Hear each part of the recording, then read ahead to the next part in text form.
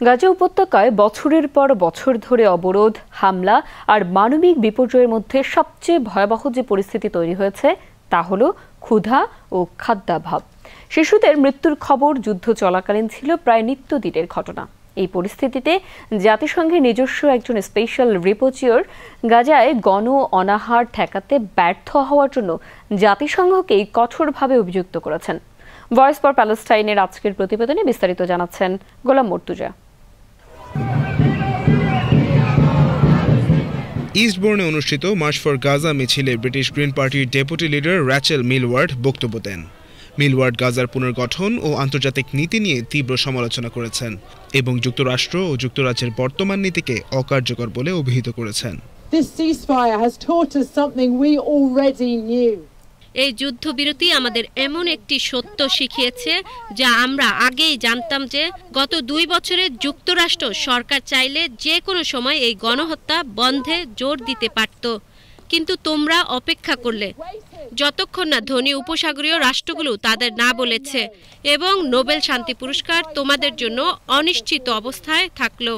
গণহত্যা ও অনাহারকে সচেতনভাবে উৎসাহিত করার মধ্যে কোনো বীরত্ব নেই, আর আমাদের লেবার সরকারের প্রতি লজ্জা জানাই এই অমানবিকতার পৃষ্ঠপোষকতা করার জন্য। তোমাদের হাতে রক্ত লেগে আছে। বন্ধুরা, আমাদের দাবি গাজা পুনর্গঠনের জন্য যথাযথ অবদান রাখা। আমাদের সরকার এখন পর্যন্ত এতে 20 মিলিয়ন পাউন্ড প্রতিশ্রুতি দিয়েছে, কিন্তু এটি দিয়ে একটি রাস্তাও পুনর্নির্মাণ করা সম্ভব নয়।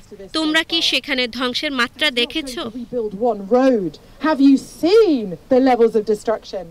র্যাচেল মিলওয়ার্ড বলেছেন, গাজার পুনর্গঠনকে এখন আর রাজনৈতিক বাকযুদ্ধ হিসেবে দেখা যাবে না। এটি একটি মানবিক প্রশ্ন।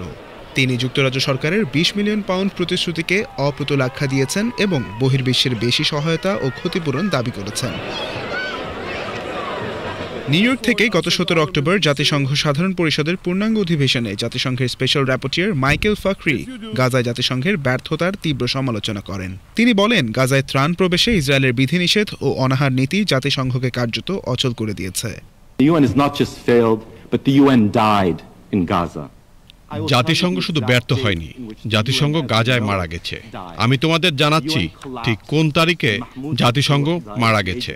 জাতিসংঘ ভেঙে পড়ে যখন মাহমুদ ফাতু নামে 2 মাস বয়সী এক শিশু 2024 সালের 24শে ফেব্রুয়ারিতে মারা যায়, এবং এরপর 10 বছর বয়সী ইয়াজান আল কাফরানি 2024 সালের 4 মার্চে মারা যায়। এই 2 শিশু ছিল ইসরায়েলের সাম্প্রতিক অনাহার অভিযানে পুষ্টিহীনতা, পানিশূন্যতা ও ক্ষুধায় মৃত্যুবরণ করা প্রথম শিশু। তোমরা ইসরায়েলের মুখে গণহত্যার ঘোষণাগুলো শুনেছ এবং গাজায় ফিলিস্তিনি জনগণের উপর ইসরায়েলের সেই গণহত্যামূলক কর্মকাণ্ড প্রত্যক্ষ করেছ। ফাখরি তার ভাষণে বলেন, ইসরায়েল আধুনিক ইতিহাসে সবচেয়ে দ্রুত গতির অনাহার অভিযান পরিচালনা করেছে এবং সাময়িক যুদ্ধবিরতি সত্ত্বেও অনাহার নীতির ধারা ভঙ্গ করেছে। তিনি জাতিসংঘকে নৈতিক ও কাঠামোগতভাবে ব্যর্থ হিসেবে চিত্রিত করেছেন এবং জানিয়েছেন যে গাজায় মানবিক সহায়তা ও খাদ্য ব্যবস্থার পুনর্গঠন এখনও মারাত্মকভাবে বাধাগ্রস্ত রয়েছে। আন্তর্জাতিক মঞ্চে তীব্র সমালোচনার কণ্ঠগুলি গাজার মানবিক সংকটের প্রতি দৃষ্টি আকর্ষণ করেছে। র্যাচেল মিলওয়ার্ড ও মাইকেল ফাখরির মতো বিবৃতি বিশ্ববাসীকে নীরবতার মূল্য বিবেচনা করতে বাধ্য করেছে। গোলাম মর্তুজা, বিটিভি নিউজ।